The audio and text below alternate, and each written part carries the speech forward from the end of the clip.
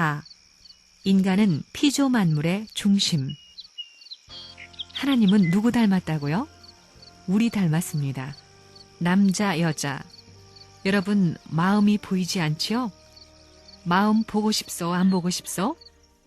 하나님도 마찬가지입니다. 하나님이 영적인 입장에서 보면 마찬가지입니다. 하나님은 체가 없습니다. 지금까지 체가 없습니다. 아담 완성이 이루어지지 않아 체가 지금까지 없다 이겁니다. 마음 같은 우주의 마음 같은 주인, 마음 같은 스승 혹은 관리자, 마음 같은 부모로 계십니다. 만물은 하나님의 아들, 딸을 지을 수 있는 토대입니다. 관계되고 연결될 수 있는 토대입니다. 동물도 그렇고 광물도 그렇습니다. 광물 세계에도 플러스와 마이너스가 있습니다. 식물 세계에도 전부 암술과 수술이 있고 동물 세계에도 암놈과 순놈이 있습니다. 전부 다리를 놓아 모든 것이 결집되어 창조된 최고의 걸작품이 인간의 내적 형상과 외적 형상입니다. 그것을 실체화시켜 남자와 여자 성상을 그 모든 형상을 부여해 상징적이고 형상적이며 실체적으로 다 드러내가지고 다리를 놓게끔 해서 전부 다 연결되게 관계를 맺도록 한 것입니다. 하나님이 피조물의 중심인 인간을 필요로 하는 것은 돈 때문이 아니요, 지식 때문도 아니요, 권력 때문도 아닙니다. 오직 사랑 때문에 필요로 합니다. 그렇지 않고 하나님 혼자 사랑받겠다는 입장이 되면 사랑해 줄 수 있는 아무런 존재가 없습니다. 결론이 이렇기 때문에 하나님은 필시 이 세계에 자기가 사랑할 수 있는 대상자를 만들지 않으면 안 됩니다. 이렇게 볼 때 피조 세계에 그 사랑의 대상이 될 수 있는 배포, 큰 존재가 누구냐? 온 우주를 창조한 하나님 앞에 상대적인 여건을 갖춘 존재는 인간밖에 없습니다. 그러므로 여러분은 나는 우주의 주인이다, 우주에서 제일이다 라고 할 수 있는 배포를 가져야 합니다. 하나님은 기쁨을 더하고 기쁨의 자극을 연속시키기 위하여 만물을 지었습니다. 순간적인 기쁨을 느끼기 위해 지은 것이 아니라 피조물을 대할 적마다 가슴 깊이 스며드는 기쁨의 자극과 행복을 느끼기 위해서 최고의 심정을 기울여 지었던 것입니다. 하나님은 5일간 만물을 지은 후 6일째 되는 날에 기쁜 심정으로 인간을 지었습니다. 자신의 형상을 본따 지은 우리 인류의 조상은 지극히 아름다운 존재요, 지극히 귀한 존재요, 지극히 자랑스러운 존재요, 지극히 기쁜 존재요, 지극히 영광스러운 존재요, 지극히 사랑하고 싶은 존재였습니다. 하나님은 전지전능한 분이기 때문에 지식도 필요 없고 능력도 권력도 필요 없고 금전도 필요 없습니다. 그러면 하나님에게 있어서 필요한 것이 무엇인가? 그것은 하나님이 사랑할 수 있는 하나의 대상입니다. 그 대상은 피조 만물 가운데서 가장 귀하고 가장 영장이 되는 사람 외에는 없습니다. 하나님이 제일 좋아할 수 있는 것이 사람이라고 했는데 하나님은 왜 사람을 좋아하는가? 하나님도 사랑이 필요하기 때문입니다. 사랑이란 혼자서는 있는지 없는지 알 수 없는 것입니다. 보이지 않는 하나님의 형상을 우리는 모든 체에 상징적으로 다 투입했다는 것입니다. 눈은 누구를 닮았다고요? 하나님. 그렇기 때문에 눈은 얼굴 가운데서 깊은 곳에 있다는 것입니다. 그러면서 모든 것을 관찰합니다. 그 다음에 코는 아담, 해와를 상징합니다. 이게 중심입니다. 그 다음에는 입은 만물입니다. 횡적입니다. 그렇기 때문에 48, 32, 32개의 이를 갖고 있습니다. 세상 만물을 중심 삼고 사수를 중심 삼고 그 다음에는 귀는 사방을 상징합니다. 이 목 위는 하늘나라입니다. 하늘나라에 정보처가 있습니다. 여러분의 생명의 뿌리가 어디에 있느냐? 타락하지 않은 부모에게 있습니다. 그럼 타락하지 않은 선한 부모의 자리는 어떤 자리냐? 하나님께서 이성성상의 주체이신 만큼 자기의 이성성상을 전개하여 하나님의 형상대로 만우주를 짓고 인간을 지은 것입니다.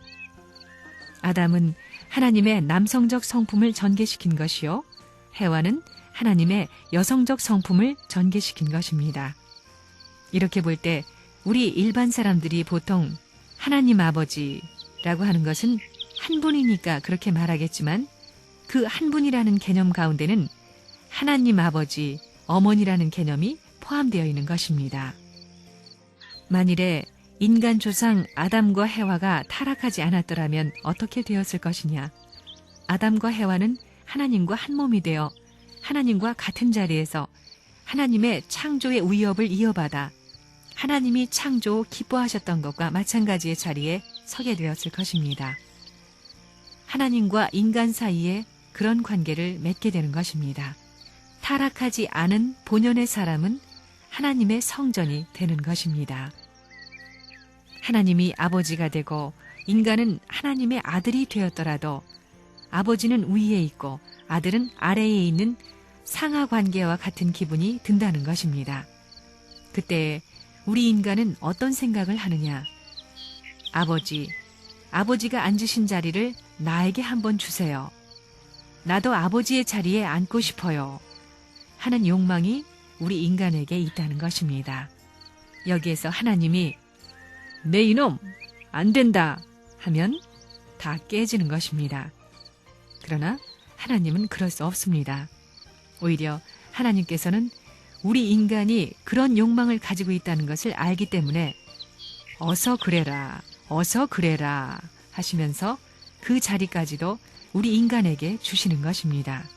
그 자리까지 인간에게 주고 하나님은 우리 마음에 임재하시어 우리의 마음을 성전으로 삼고 계시겠다는 것입니다. 심신일체가 되면 우주의 힘이 보호해줍니다.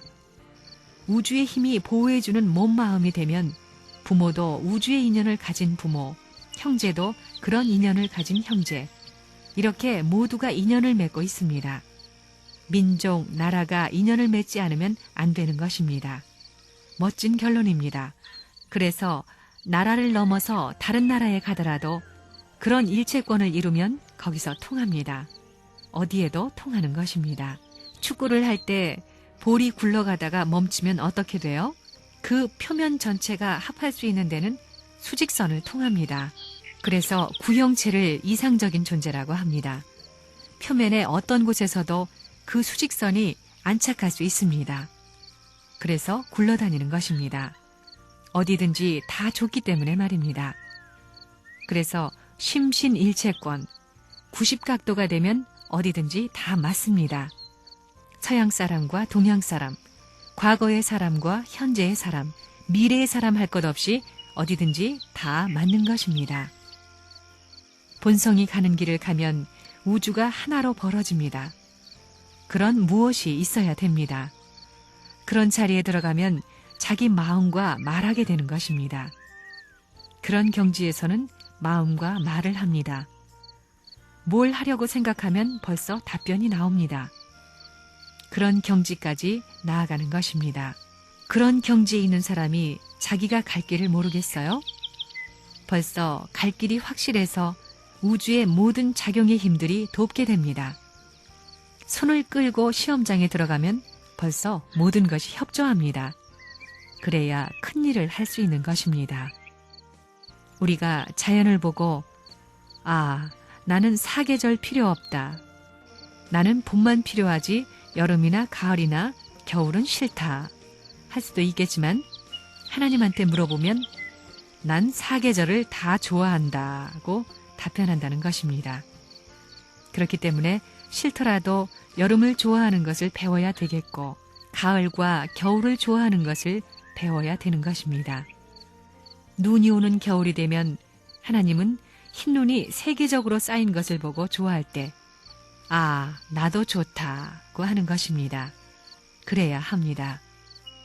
하나님 같은 마음으로 자연을 볼 수 있어야 합니다. 그런 마음을 가져야 합니다.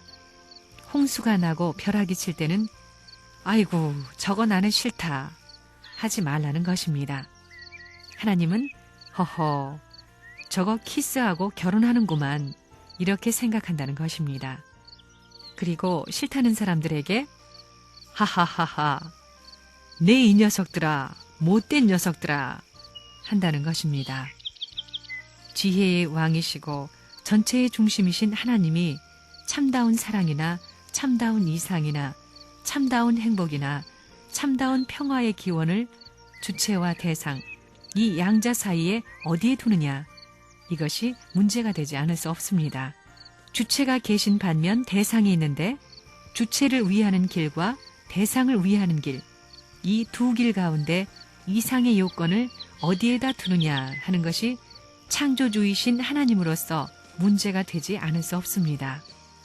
그래서 참된 이상, 참된 사랑, 참된 평화에 있어서 주체를 중심으로 하고 대상이 주체를 위하는데 이상적 기원을 둘 것이냐, 대상을 중심으로 하여 주체가 대상을 위하는데 이상적 기원을 둘 것이냐 하는 문제를 생각하신 하나님은 그 이상적 기원을 주체 앞에 대상이 위하라고 하는 입장에 세운다면 하나님이 그러함과 동시에 모든 사람도 자기가 어떠한 대상을 지닐 수 있는 입장에 선다면 그와 같이 될 것입니다.